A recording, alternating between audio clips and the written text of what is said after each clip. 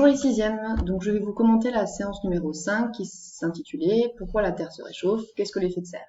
Donc là, on termine un peu cette partie sur le réchauffement climatique en s'intéressant vraiment à l'origine de ce réchauffement climatique. On a vu au départ, je rappelle, on a vu d'abord qu'est-ce que c'est un climat, ensuite on a vu la preuve de ce réchauffement climatique avec l'augmentation des températures, la fonte de la banquise, la fonte des glaciers. On a vu ensuite des conséquences sur l'homme et aussi sur la biodiversité. Et on termine en essayant de comprendre comment ça se fait, à la base, que la Terre se réchauffe. Et on a une petite idée de mécanisme sur lequel on va travailler qui s'appelle l'effet de serre.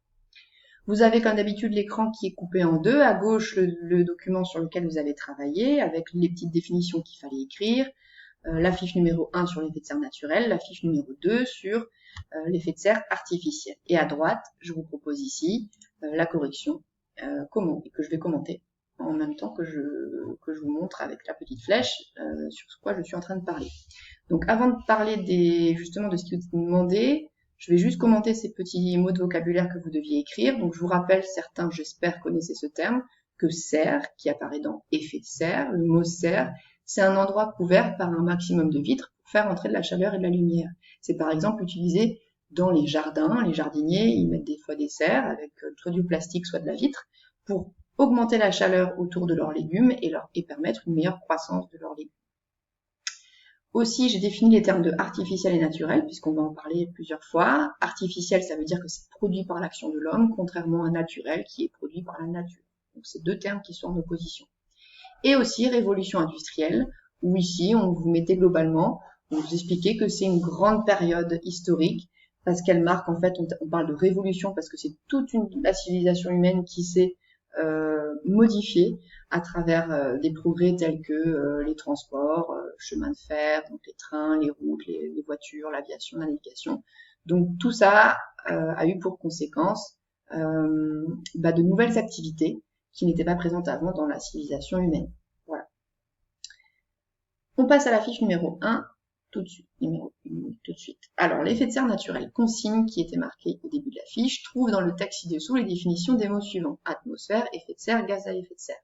C'était marqué dans le texte ci-dessous. Vous ne demandez pas de chercher ailleurs que dans ce document. Et tout était marqué très simplement ici. Atmosphère, mince couche de gaz qui entoure la Terre. C'est ce qui a été marqué ici. Donc, pour ceux qui n'ont pas très bien compris encore, imaginez vraiment que la Terre, c'est comme si elle avait une petite veste. Et cette petite veste qu'elle a autour d'elle, on appelle ça l'atmosphère. Cette veste, elle n'est pas faite en plastique, elle n'est pas faite en laine, elle est faite en gaz. On ne la voit pas parce que les gaz, ils sont invisibles. Mais il y a quand même de la matière, ces gaz sont quand même présents même si on ne les voit pas.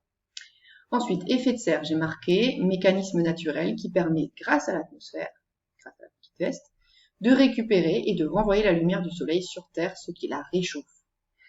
Ça, c'était marqué ici, donc toute la deuxième partie de ce texte. Là, on vous expliquait ce mécanisme, je l'ai résumé en une phrase. Donc là encore, pour faire la comparaison avec la veste, il faut imaginer que cette veste, elle permet en fait de garder la chaleur qu'on reçoit du soleil sur Terre. S'il n'y avait pas cette veste, la lumière du soleil, elle arriverait sur Terre, mais elle repartirait immédiatement. Ça serait comme un effet miroir, ça serait réfléchi. Alors que cette veste, en fait, elle permet de piéger la chaleur. Ensuite, gaz à effet de serre, gaz de l'atmosphère qui piège la chaleur. Donc c'est ce qui est marqué ici, je vous le montre dans le texte. Je vais vraiment copier presque mot pour mot les informations du texte. Ensuite, question 2. Pourquoi l'effet de serre naturel est-il nécessaire à la vie sur notre planète? J'ai marqué, l'effet de serre naturel est nécessaire à la vie sur Terre, car sans ce mécanisme, il ferait en moyenne moins 18 degrés sur Terre, au lieu de plus 15 degrés en réalité. La présence de la vie ne serait pas possible, car il ferait trop froid pour avoir de l'eau liquide. Alors, la première phrase, elle est directement extraite de la fin de ce petit texte-là. Et la fin, je l'ai rajoutée car je sais que c'est quelque chose que vous avez déjà vu avec Madame Beau, que pour qu'il y ait de la vie sur une planète, il faut qu'il y ait de l'eau liquide. Donc on comprend que à moins 18 degrés, il ferait trop froid, ce serait de la glace sur Terre, comme sur Mars, il y aurait uniquement d'eau sous forme de glace. Et sur Mars, vous savez bien qu'il n'y a pas de vie, parce que justement, il faut qu'il y ait de l'eau liquide pour qu'il y ait l'apparition de la vie. Donc sans effet de serre, il ferait trop froid et il n'y aurait pas de vie sur Terre. Ensuite, question 3, regarde attentivement les deux schémas ci-dessous, c'est les deux schémas qui étaient là, et coche les bonnes réponses. Schéma A avec ou sans effet de serre, schéma B avec ou sans effet de serre. C'était assez simple, parce qu'avec tout ce que vous venez de voir, on voyait bien la différence. Ici, on est à moins 18 degrés, ici, on est à plus 15 degrés. Et là, sur le schéma B, on a la flèche en rouge qui indique en fait la partie de la chaleur émise par la Terre qui est renvoyée vers le sol. Donc on comprend que le schéma A, c'est bien sûr sans effet de serre, puisqu'il fait froid, il n'y a pas de flèche qui revient vers la Terre. D'accord? Tout ce qui est envoyé du soleil repart. Il n'y a rien qui est piégé. Alors que là, schéma B, la lumière qui vient du soleil, il y a une partie toute petite qui est renvoyée vers l'espace, mais la grande majorité est piégée sur Terre, ce qui permet d'avoir une température plus douce sur Terre et donc de la vie. Donc là, il fallait cocher sans effet de serre pour schéma A, avec effet de serre pour schéma B. Ensuite, je passe à l'effet de serre artificiel, la fiche numéro 2. Consigne. Pourquoi les activités humaines sont-elles responsables de l'effet de serre artificiel? C'est ce qui a marqué au début de ce texte-là. J'ai aussi repris mot pour mot, je ne vous demandais pas de faire de grandes recherches. Les activités humaines sont responsables de l'effet de serre artificiel car elles perturbent ce mécanisme naturel en rejetant une grande quantité de gaz à effet de serre, ce qui augmente la chaleur piégée et donc la Terre surchauffe. Alors, pour l'instant, on ne vous dit pas quelles activités, on ne vous dit pas quel gaz, on vous dit simplement ici, pour faire la comparaison de tout à l'heure, que la veste naturelle qu'il y a autour de la Terre, ben, l'humain, avec ses activités, c'est comme si il augmentait la taille, elle devient de plus en plus épaisse, la taille de cette veste, et donc forcément on comprend que si elle est plus épaisse, elle retient encore plus de chaleur du soleil, et donc il fait très chaud. Ensuite, question 2. Quel gaz est produit par les activités humaines? Là, on s'intéresse un peu plus précisément à quels sont ces gaz. Et on vous en donne qu'un exemple, le principal gaz à effet de serre, qui est le CO2. C'est ce que j'ai marqué ici. Le principal gaz à effet de serre produit par les activités humaines est le gaz carbonique, que l'on appelle aussi le dioxyde de carbone. Ce n'était pas marqué dans le texte, ce terme-là, mais je vous le donne parce que certains professeurs, dont certains livres aussi que vous aurez les années prochaines sûrement, parlent plutôt de dioxyde de carbone. C'est un terme plus récent que gaz carbonique. Et le symbole, par contre, CO2, c'est toujours valable. Donc, vous pouvez apprendre l'un des trois. En sixième, c'est déjà très bien si vous retenez un des trois mots. Gaz carbonique, dioxyde de carbone ou CO2, c'est le même gaz. Il y a bien sûr d'autres gaz. Si on vous parle de principal gaz, c'est qu'il y en a d'autres. Mais pour l'instant, encore une fois, en sixième, c'est juste bien de retenir déjà celui-ci, puisque c'est le plus important dans cet effet de serre par rapport aux activités humaines. Ensuite, en regardant le graphique ci-dessous, ce graphique-là, à partir de quelle année environ les activités humaines ont-elles produit beaucoup de gaz à effet de serre? Pourquoi? Donc sur le graphique, on voit que le CO2, alors je vais mettre le graphique à côté, voilà. Donc le graphique, je vous le présente rapidement, hein.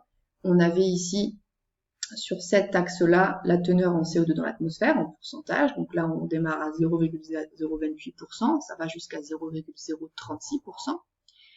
Et là, vous avez les années de 1000 à 2000. Et cette courbe, elle permet donc de voir l'évolution par rapport à la quantité de CO2 et par rapport à l'année, l'évolution de ce CO2 dans l'atmosphère. Et on voit très bien que là, on a subitement une augmentation énorme de ce CO2 dans l'atmosphère, alors qu'avant, c'était plutôt assez régulier. Donc, c'est ce que j'ai marqué au début. Sur le graphique, on voit que le CO2 dans l'atmosphère augmente énormément. Alors moi, j'ai mis à partir environ de 1900, de l'année 1900, ici à peu près. Hein. Si vous avez mis un petit peu avant, un petit peu après, c'est pas un problème. On comprend que cette augmentation de CO2 est liée, donc là je réponds à la question pourquoi, d'accord? D'abord, on vous demandait de dire à partir de quand on produit beaucoup de gaz à effet de serre, et ensuite pourquoi. Donc là, à partir de quand je l'ai mis ici. Pour la question pourquoi, c'est ce que je vous montre là. On comprend que cette augmentation de CO2 est liée à la révolution industrielle datant d'environ 1850. Alors cette date-là, je l'ai regardée sur le graphique par rapport à ce qu'ils ont mis. Ça peut être un peu avant, un peu après en fonction de ce qu'on vous donne comme document, parce que c'est très large cette période. Mais ici, sur le graphique en tout cas, on vous place ça ici, donc c'est autour de 1850 environ. Donc, on comprend que cette augmentation de CO2 est liée à la révolution industrielle datant d'environ 1850, car elle a permis beaucoup de progrès pour l'homme, trains, voitures, bateaux, avions, mais ces activités produisent énormément de gaz à effet de serre. Donc, le lien, il est assez simple à voir ici, puisque on voit que c'est apparu là, toutes ces nouveautés, tous ces nouveaux moyens de transport, ces industries, et on voit que directement après ça, on a l'augmentation du CO2 dans l'atmosphère. À cette époque-là, bien sûr, quand tout ça a été créé, c'était quelque chose de très positif, du progrès encore maintenant, c'est des progrès qui sont évidemment qui ont été évidemment nécessaires pour les progrès de l'humain sur Terre, mais on ne savait pas quelles conséquences ça aurait sur le réchauffement climatique actuellement. Alors que maintenant, on peut avoir du recul et savoir que malheureusement, ces activités, elles produisent énormément de gaz à effet de serre et donc elles sont responsables, l'homme est responsable du réchauffement climatique planétaire qui a des conséquences sur tous les êtres vivants de la planète, pas uniquement sur l'homme. Voilà. Alors, je vous propose maintenant un bilan de cette séance 5. Vous allez voir que je vais un peu plus loin, je vais résumer à la fin globalement tout ce qu'on a vu sur le réchauffement climatique, parce que c'est la dernière séance sur cette partie-là. La Terre subit un réchauffement climatique actuellement à cause de l'effet de serre artificiel. Donc, je répète pas ce que c'est effet de serre, vous l'avez écrit dans votre cahier. Artificiel, vous savez ce que ça veut dire, c'est que c'est lié à l'homme. En effet, les activités humaines, transport, usines, etc., produisent énormément de gaz à effet de serre, exemple à retenir le CO2, et ceci augmente l'effet de serre naturel. Double point, la Terre surchauffe. Ceci produit un déséquilibre sur les climats de la Terre avec des conséquences négatives sur l'homme, mais aussi sur la biodiversité. Donc ça, là, vous voyez que je résume un peu ce qu'on a fait, ce qu'on a déjà vu avant.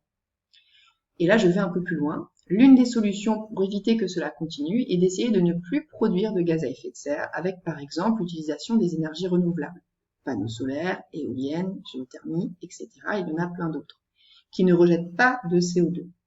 Donc cette partie-là, on aurait pu aussi la détailler, elle est très intéressante, il y a beaucoup de choses à dire, pas uniquement les énergies renouvelables, il y a aussi, avec ce qu'on a vu sur la biodiversité qui est menacée, on peut aussi imaginer s'intéresser à toutes les façons de protéger la nature, de protéger l'environnement pour vraiment diminuer au maximum les conséquences négatives sur les autres êtres vivants que l'homme, mais aussi bien sûr pour conserver nos paysages, notre façon aussi de se nourrir, parce que c'est aussi lié à l'agriculture. Donc voilà, il y a beaucoup de choses à traiter dans ce sujet. On n'a malheureusement pas le temps de le détailler, mais je sais que cette partie-là sur les énergies renouvelables, vous avez vu ça avec M. Tabourdeau, et tant mieux. Ce n'est pas inconnu pour vous, et c'est pour ça que je me suis permis de le mettre quand même dans ce petit bilan, même si on l'a pas vu ensemble.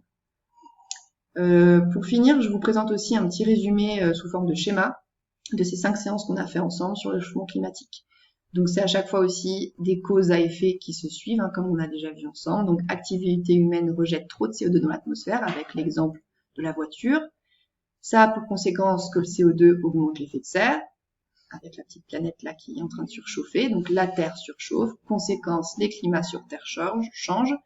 Conséquence, c'est justement des conséquences négatives sur l'homme et sur la biodiversité. On a ici une petite BD où l'ours est en train de dire « il paraît que la Terre se réchauffe » et le petit pingouin lui répond « c'est maintenant que tu t'en rends compte ». Voilà, et ensuite on a je vous mets juste la partie sur les solutions à tout ça, c'est d'utiliser des énergies renouvelables qui ne rejettent pas de gaz à effet de serre. Voilà, donc je vous laisse regarder tout ça en détail si vous avez besoin encore de voir ça de votre côté, et je vous souhaite une très bonne fin de journée. Au revoir.